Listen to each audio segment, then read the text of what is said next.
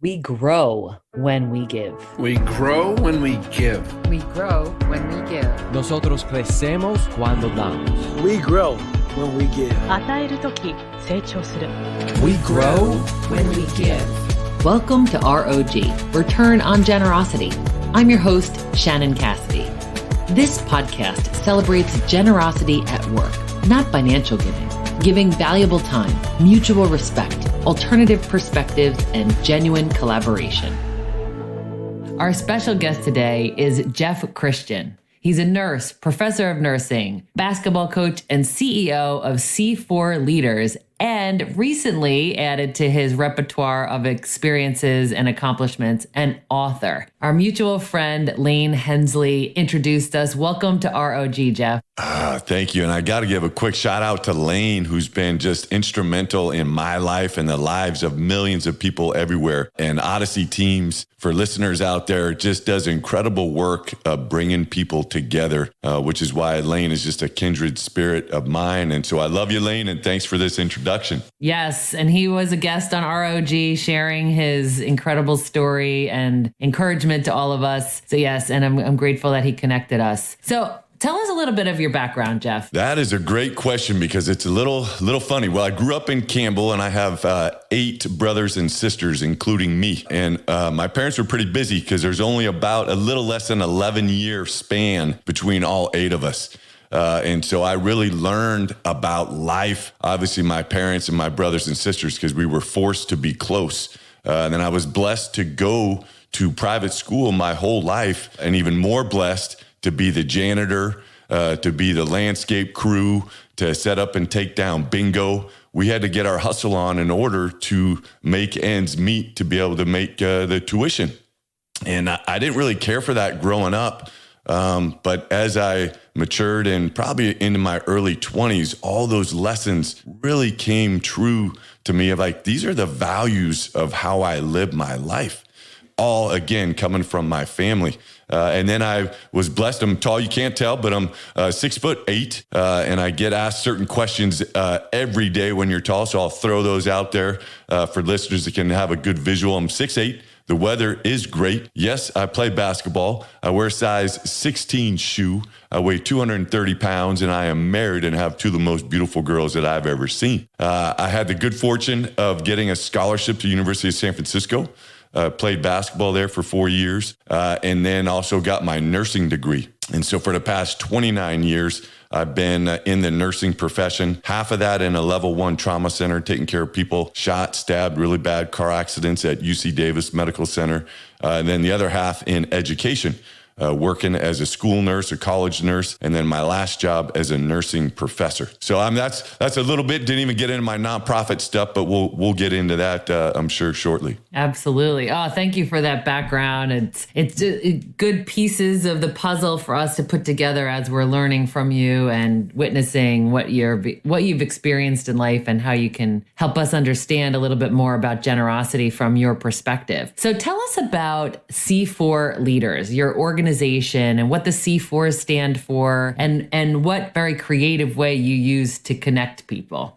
Yeah. So C4 Leaders, again, it goes back to me growing up and not even really knowing what those 4 C's were at that time. But as I matured, I said, hey, what values do I stand for? And these 4 C's just kept coming up again and again and again. And they are communication, chemistry, consistency, and creativity. And I'll quickly define because my definitions are a little bit different. So, and it's C4 Leaders is a nonprofit that builds, develops, empowers leaders. And so I think a great leader incorporates this first C, which is communication, and that's listening with an empathetic ear with the intent of serving others. And then chemistry is developing trust in yourself to bring and receive value from the connections in your life. Consistency is 2 things. 1, BTA, and I don't swear, but you want to be good at something, you got to bust that ass. And that's what BTA stands for. And then more so, to get really good at something, you have to consistently challenge your thoughts and perspectives to the point of vulnerability. And I think if we can do that as individuals and then as a society, it just frees us so much to have no fear because we don't have anything that we're hiding from because we just put it out on the table. And then that just empowers us to the last C, which is creativity. And that's overcoming fear, to be willing to share your God-given gift. And each of us has been given this gift. And it's on you, me, Ian, who's producing this show, to bring the best out in each other and to challenge each other in a good way to share that gift, because the world needs it. Oh, yeah. Bring it. The 4 C's for everybody to think about that in your own life, right? And I love what you're saying, too, about keeping yourself open and vulnerable and really challenging your thoughts, challenging how we think about things. And you call yourself the pizza chef with C4 Leaders. Tell us a little bit about pizza and the relevance of that in your life and in leadership. Yes. I knew nothing about pizza before COVID other than how to eat it and that I loved it. Before COVID, we had the good fortune of going to visit some exchange students that we've hosted. So we went to Switzerland, France, and Italy. And I was really taken back of how people in Europe view dinner and really have that as a celebration of like, man, let's just come to the table, come together and really see each other and be seen and hear each other and just to be there and have a deep, deep connection. And I said, you know what? We've always valued family dinner in my family growing up and definitely my family now. I was like, no, we got to take this to the next level. And so when I got back, I was like, hey, I'm going to learn how to make pizza and I'm going to transform my nonprofit to use pizza as a way to focus on these 4 C's. And so I found an old Toyota delivery truck, had that modified, found a company out of Napa that builds a pizza oven, had that welded on the back of a truck. And then now, we go around. And again, COVID's been limiting us a little bit because I am a nurse and don't want to be the cause bringing people together and transmitting, COVID. But we're ready and we're doing a little bit of the work. But basically, we're going to use pizza to bring people together. And so many cool ingredients that go into making this pizza that also are applicable in life. And so we're so fired up to do that work and get out into the community and help people rise up. And how do you describe that, Jeff? What are the ingredients that you think are relevant to being a good person, being a generous leader, and the ingredients of pizza? Yeah, so for sure, that's the 4 C's. But the cool thing about this is everybody has their own life's essential ingredients. And so many times we're moving so fast from thing to thing that we don't take time to slow down and think, hey, what is truly essential in my life? And so it's not for C4 leaders to come and kind of put my ingredients, so to say, on your pizza. I'm going to share what mine are, but I want to learn from you and say, hey, what are your essential ingredients, Shannon, that you're putting onto your pizza? And have you even thought about that? Or is it something that you just have always had on your pizza, so to say? But yeah, man, you know what? I don't even like the taste of that.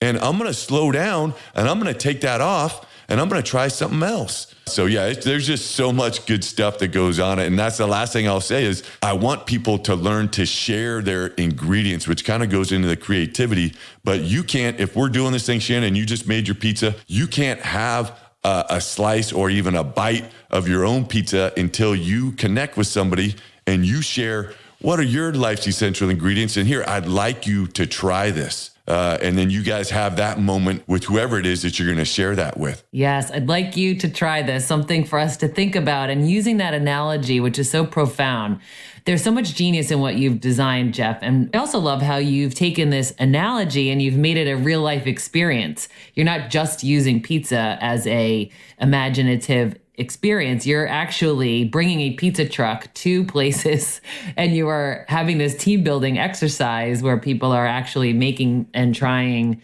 different pizzas.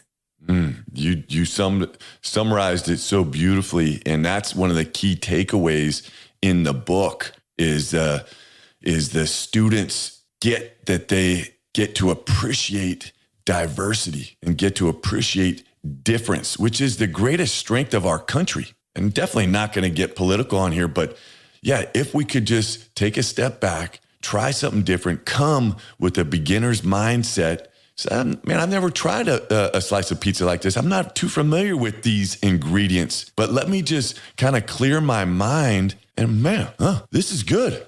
Hey, how'd you make that? How do you incorporate that into your life? And start having those conversations. The divide that we have will no longer be a divide. And C4 Leaders wants to fill that gap with America's favorite food and bringing people to the table and allowing us to celebrate each other. Yes. And I love that. And the book is titled We Rise Together. It's the Pizza Day series is the first of these series for young readers to understand how to really love themselves, to humbly own their own greatness, as you say. Tell us about the title and the whole flow of this book. It's a story, right? It's a fable that you invite your readers into. Tell us a little bit about We Rise Together. Yeah, man, I'm so excited. And so Mrs. Rock is the guide throughout the story. And she's a third grade teacher who obviously, this is a fiction, but Mrs. Rock is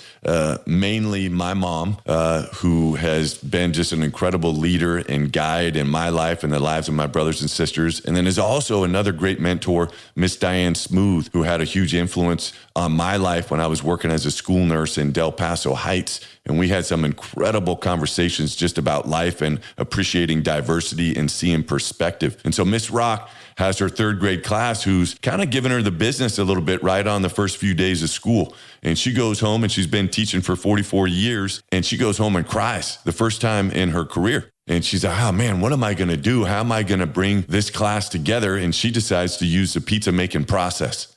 And so long story short, she incorporates some of the stuff that we're talking about into her classroom, and her students just really start taking off and blossoming and coming together and using these processes.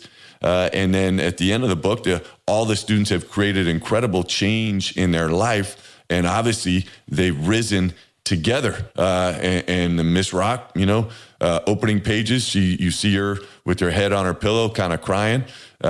Last page of the book, Miss Rock's got her head on her pillow, and she's like hyping herself up, clapping twice, and just getting down, and had the best school year ever because her students started to see each other. They started to listen to each other. They started to love each other, and they gain this belief, hope, and confidence, which if we can just take those steps as adults and realize kids are watching us, and if we can guide them to navigate all these tough challenges that are out there right now, again, we will all rise together. And there's so much, and listening to you speak before about sometimes we have a scarcity mindset. No, there's an abundance of good in the world to go around, and plenty of pizza, so to say, for everybody to have a slice, and for everybody to share their essential ingredient on that, and for all of us to say, that is good. When we come back, Jeff will share his daily practices for how to slow life down and remember to be present.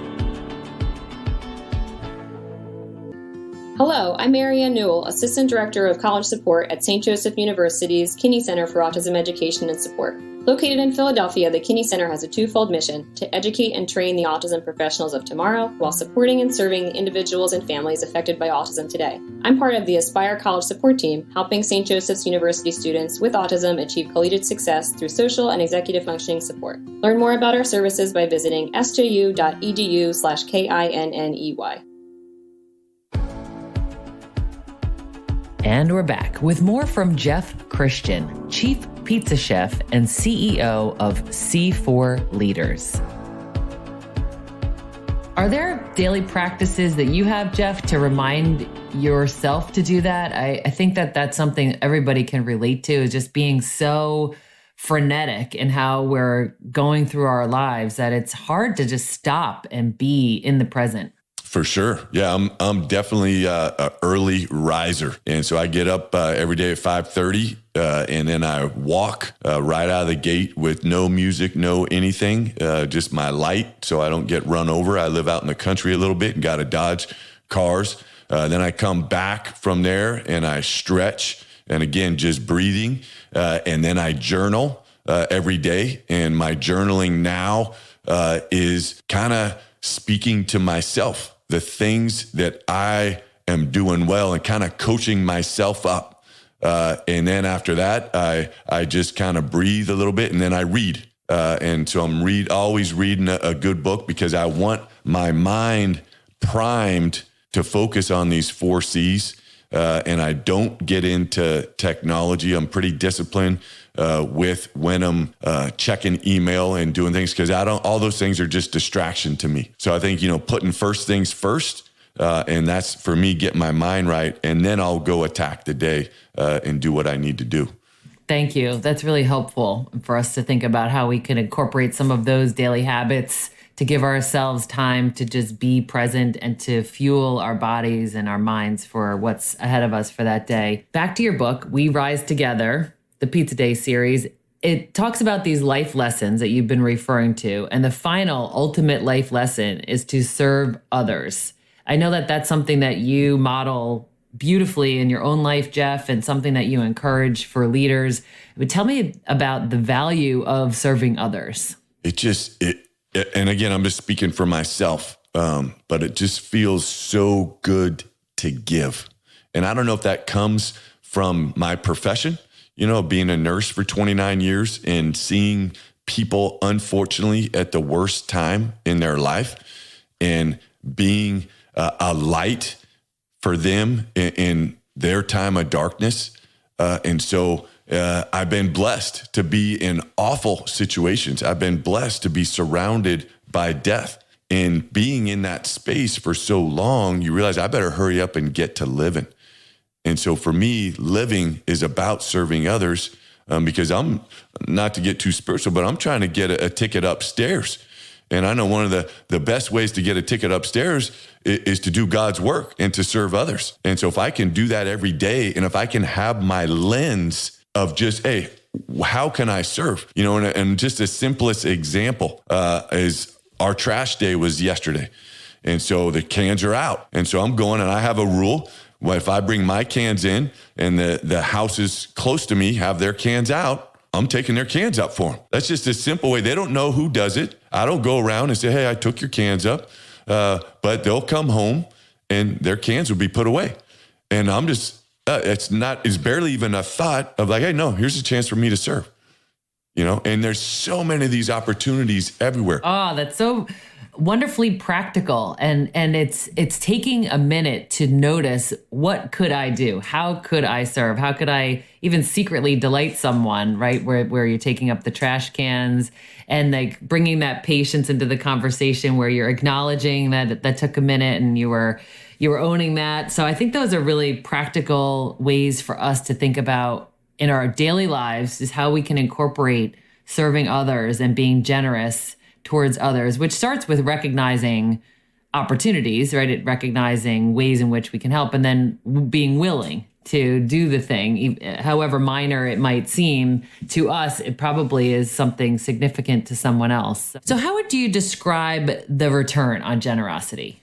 I'm hearing some of it in your examples, but I'm wondering, from your perspective, what are the returns on generosity? And that's a great question. And you're probably not going to like my answer. And I would say early in my career, I needed to have a return.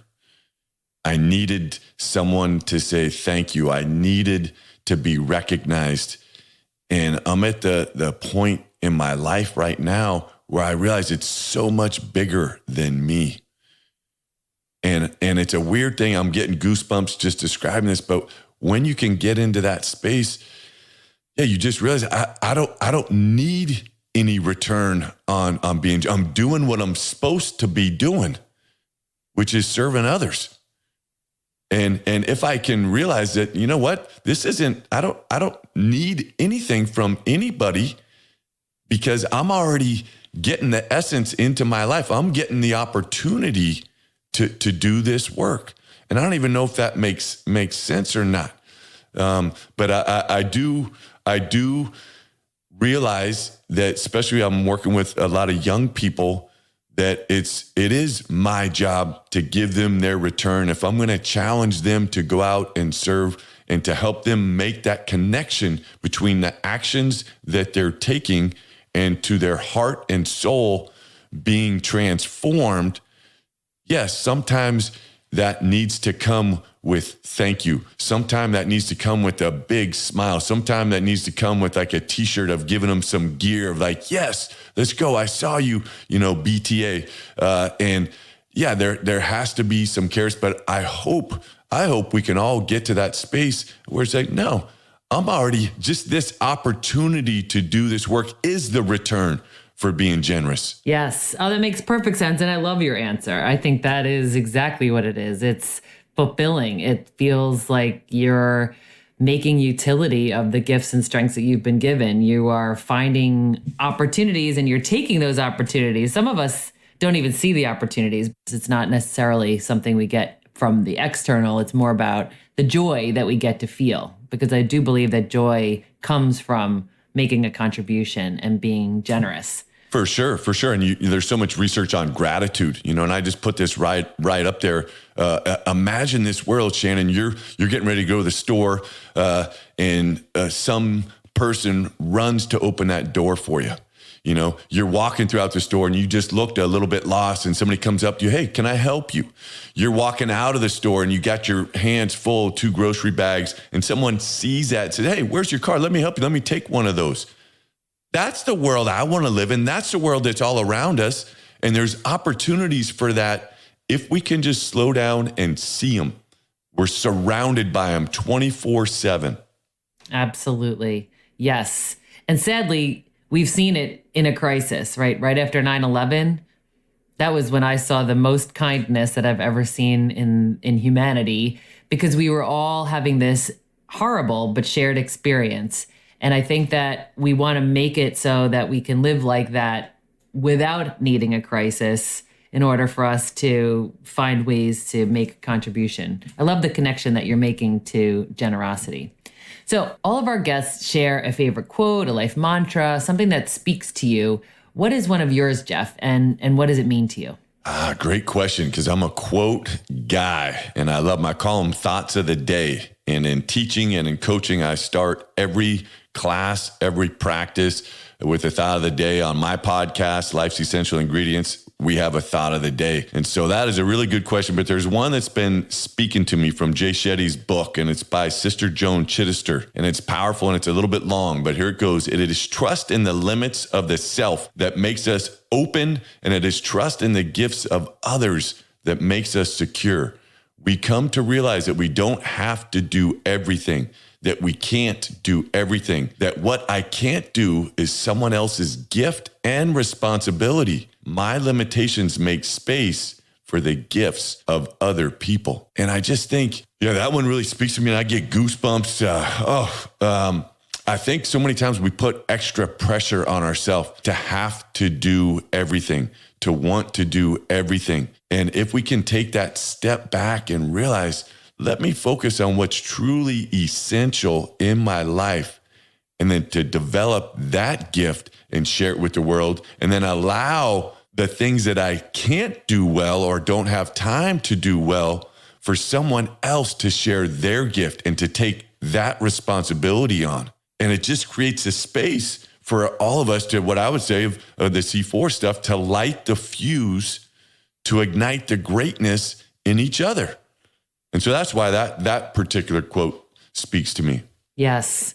Love that. Thank you for explaining that and sharing that with us. And I think it's helpful for us to consider our strengths in this way, and also what some would describe as our weaknesses. It's like maybe if we looked at things more like the way this quote and the way you just described it is, that we aren't limited, we are invited to work together. And I think that's also reflected in your book title, We Rise Together.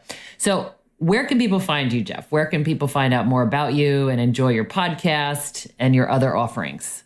Yeah. I think the best site right now is pizzadays.org, which is where you can buy the book and support the nonprofit. All the proceeds from the book go towards the nonprofit, which is C4 Leaders, and you just c4leaders.org. I'm not a huge social media guy, but I'm going to get a tiny little bit better. And Instagram is just at C4 Leaders, but mostly those websites. And then you can reach out to me via email, Jeff, JEFF at c4leaders.org. I would love to hear from you. Love your insight on the book. And anything I can do to serve you, please let me know. Thank you so much, Jeff, for being on the podcast, for being the light that you are, for lighting the fuse as you so often do, and encouraging us to do the same. I'm very grateful for you, and I know that this book is going to be a huge success, and I've really enjoyed the opportunity to learn from you. Thank you so much, Shannon, for having me as a guest, and excited to continue to do this work and serve others. Excellent.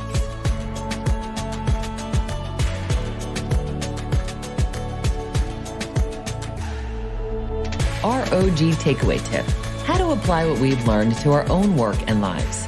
Let's consider what's on our pizza and how well do we model the 4 C's in our lives. What's on your pizza? It's so interesting to think about our style, behaviors, and beliefs as ingredients on a pizza.